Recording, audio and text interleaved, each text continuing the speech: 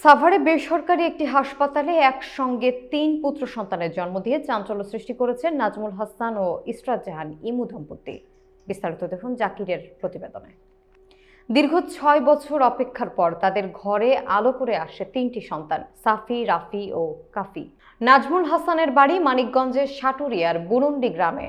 বিয়ের পর থেকে তারা অনেক চিকিৎসকের পরামর্শ নিলেও সন্তানের মুখ দেখতে পারছিলেন না। তবে অবশেষে সাভার থানা রোডের একটি বেসরকারি চিকিৎসা কেন্দ্রে সুস্থভাবে জন্ম নেয় তাদের ৩ পুত্র সন্তান।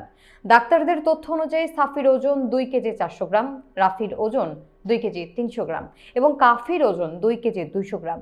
মা ও নবজাতকরা সবাই সুস্থ আছেন বলে জানিয়েছেন চিকিৎসকরা। নাজমুল ও ইসরাত দম্পতি তাদের 3 সন্তানের সুস্থতা এবং সুন্দর ভবিষ্যতের জন্য সবার কাছে দোয়া চেয়েছেন। আনন্দঘন এই মুহূর্তে তাদের পরিবারের বইছে উৎসবের আমেজ।